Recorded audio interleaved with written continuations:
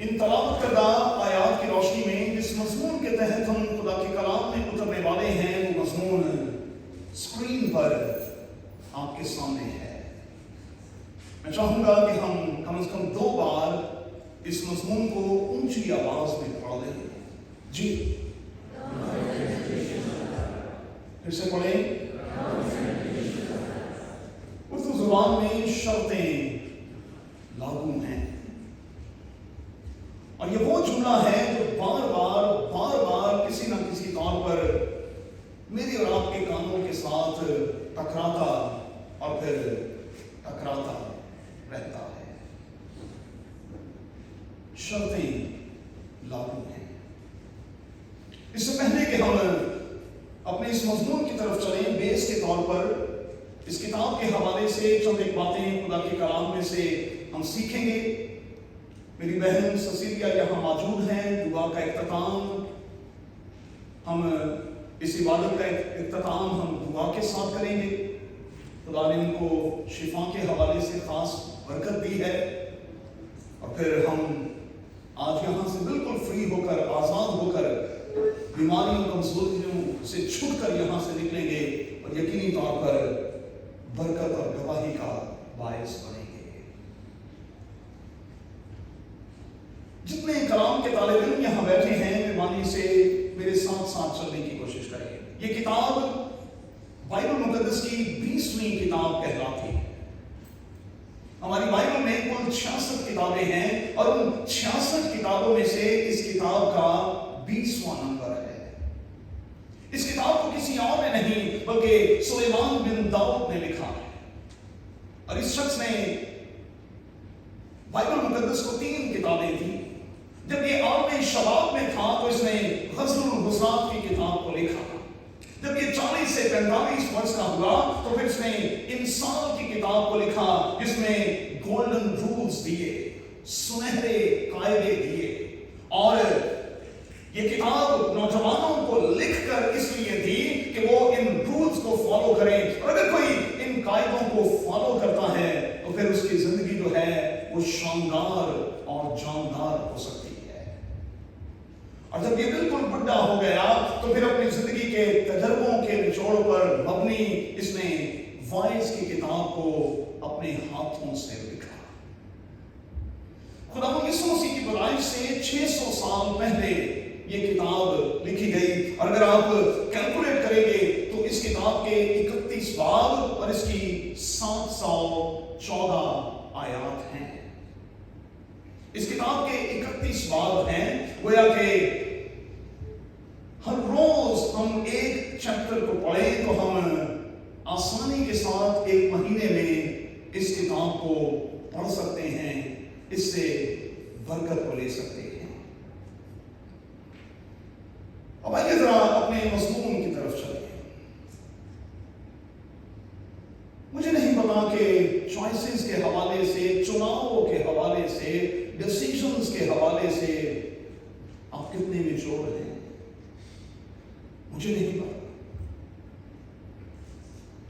لیکن آپ خود اپنے آپ سے آج کی اس عبادت میں پوچھیں کہ آپ اپنے چوائسز کے حوالے سے اور آپ اپنے ڈیسیژنز کے حوالے سے کتنے میچور ہیں۔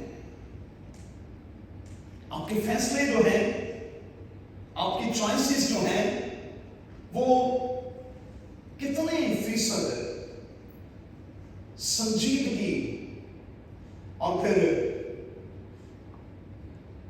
حکمت کے حوالے سے ہو، کتنے فیصد؟ اس میں کوئی شک نہیں کہ میں اور آپ کوالٹی لائف چاہتے ہیں، اور دنیا کا کوئی شخص اس حقیقت سے، اس بات سے انکار نہیں کر سکتا۔ ہم سب کوالٹی لائف چاہتے ہیں۔ ہم چاہتے ہیں کہ ہم کوالٹی لائف بسر کریں، لیکن کیا واقعی آپ کوالٹی لائف بسر کرنے کے حوالے سے سنجیدہ بھی ہیں؟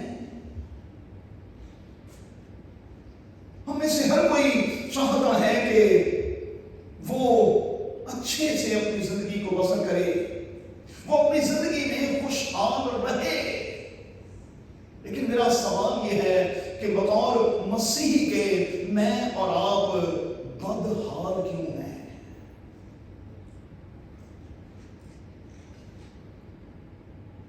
دو ریفرنس کوٹ کرنے لگا. یہ عظیم کتاب بتاتی ہے کہ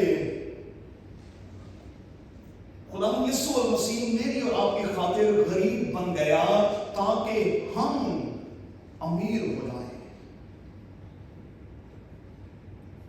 بائبل مقدس میں لکھا ہے خدا یسوع مسیح اگرچہ کہ امیر تھا لیکن وہ میری اور آپ کی خاطر غریب بن گیا تاکہ ہم امیر ہو جائیں.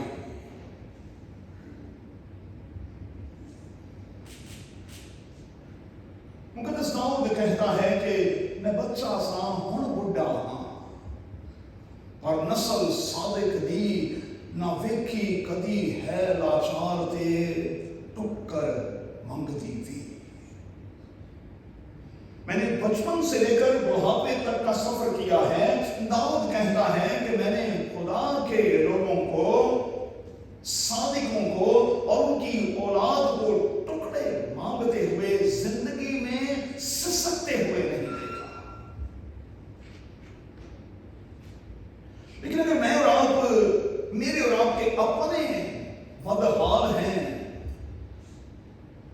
تو پھر وجہ کیا ہے؟ اس کا کارن کیا ہے؟ کیوں ایسا ہے؟ انگریزی زبان کے دو لفظ میں آپ کو دینے لگا ہوں، مہربانی سے ان کو نوٹ کر لیں گے. پہلا لفظ ہے پین اور دوسرا لفظ ہے سفرنگ.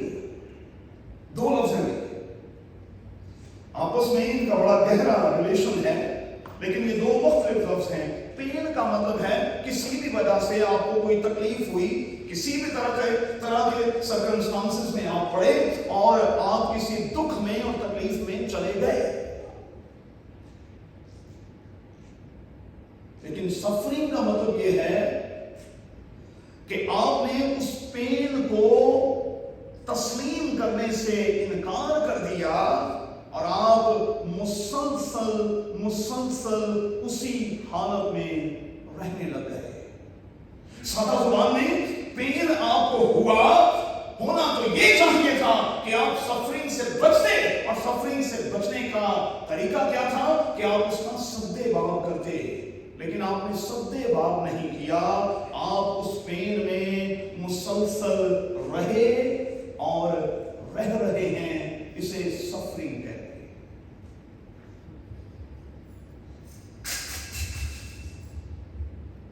حالات کا اوپر نیچے ہو جانا یہ کوئی بڑی بات نہیں ہے.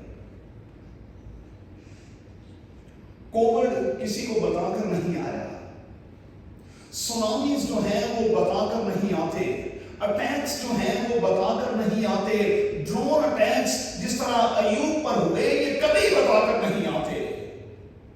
لیکن پھر کہوں گا کہ اگر ہم مسلسل معاشی طور پر بدحال رہتے ہیں تو پھر ہمیں سوچنا ہوگا اس کا کارن کیا ہے. کسی عالم کا یہ قول ہے کہ آپ اگر کمزوری کی حالت میں، غربت کی حالت میں پیدا ہوتے ہیں تو یہ کوئی بڑی بات نہیں ہے، لیکن آپ اسی غربت میں مر جاتے ہیں تو پھر یہ سوچ کا معاملہ ہے. آپ غربت کی حالت میں پیدا ہوئے، آپ کمزوری کی حالت میں پیدا ہوئے، کوئی بات نہیں. سب بچے محلوں میں پیدا کہاں ہوتے ہیں، لیکن آپ جھونپڑے میں تھے اور اتنے سال گزرنے کے باوجود بھی آپ کی حالت نہیں بدلی تو پھر ہاتھ جوڑ کر کہوں گا سوچنے کا.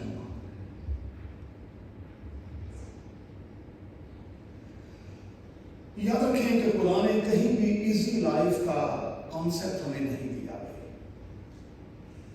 بائبل مقدس میں کہیں کوئی ایک آیت بھی اس قسم کا کانسیپٹ نہیں دیتی کہ ہمیں سب کچھ ایزی ملے گا.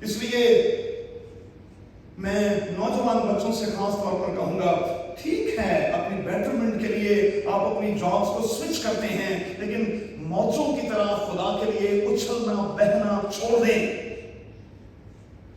پنجابی جو کئی باری اسی ہنسیاں چھڑ کے اٹھ دیاں دے مگر پینے ہاں تے پھر ساری عمر خوار ہو جاتے ہیں۔ تھوڑے پر خدا کی شکر گزاری کریں۔ میں یہ درس نہیں دے رہا کہ آپ اچھے کسی پیکج کی طرف نہ جائیں، میں یہ نہیں کہہ رہا، میں نہیں سکھا رہا، لیکن کہیں ٹک بھی جائیں گے، خدا کی شکر گزاری بھی شروع کرے۔ میرا خدا تو ایسا خدا ہے کہ جب اس کے پاس 5 روٹیاں اور 2 مچھلیاں لائی جاتی ہیں، وہ انہیں پر برکت دیتا ہے اور 5000 لوگ کھا کر سیر ہوتے ہیں۔ میرا خدا تو وہ خدا ہے جس کے پاس ایک بیوہ ایک تیل کی بوتل لے کر آتی ہے اور خدا اس کے گھر میں تیل کا کنواں لگا دیتا ہے۔ میرا خدا تو ایسا خدا ہے کہ ایک بیوہ اس کے پاس صرف ایک وقت کا آٹا لے کر آتی ہے اور کہتی ہے کہ یہی ایک وقت کا ہے، میرے اور میرے بیٹے نے کھانا ہے اور اس کے بعد کھا کر ہم نے مر جانا ہے۔ خدا اس بیوہ کے گھر میں آٹے کی چکی لگا دیتا ہے، مل لگا دیتا ہے۔ خدا اپنے لوگوں سے کسی نعمت کو باز نہیں رکھتا، لیکن ایٹیٹیوڈ میٹر کرتا ہے۔ آپ خدا کے ساتھ آپ کا ایٹیٹیوڈ کیا ہے؟ اور میں بڑی معذرت کے ساتھ کہوں گا، ہم ایک دوسرے کو تو بھرم دکھاتے ہی ہیں، ہم اکثر خدا کو بھی بھرم دکھا رہے ہوتے ہیں، اکثر ہم خدا کو بھرم دے رہے ہوتے ہیں۔ اور موڑ جو کیا مرنا دے، مرنا دے، خدا کو بھرم دکھا کر ہم ہیں کون؟ ہماری اوقات کیا ہے؟ ہماری حیثیت کیا ہے کہ ہم اپنے خدا کو بھی بھرم دکھانے کی کوشش کرتے ہیں؟ ایٹیٹیوڈ میٹر کرتا ہے۔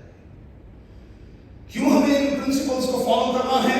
کیونکہ دنیا کا سب سے دانا شخص یہ کہہ رہا ہے، دولت سدا نہیں رہتی اور تجوری پشت دار پشت نہیں رہتی۔ اس کا مطلب یہ ہوا کہ اگر ہم روپے پیسے کا تصرف، اس کا استعمال وزڈم کے ساتھ کریں گے تو پھر ہم مصرف کی طرح بدحال نہیں ہوں گے، پھر ہم روٹی کے نوالوں کے لیے ترسیں گے نہیں، اور پھر ہم تھوڑے پر اکتفا کر کے یہ نہیں کہہ رہے ہوں گے ان لیبر کی جاب نہیں مل جائے تو میں کر لوں گا۔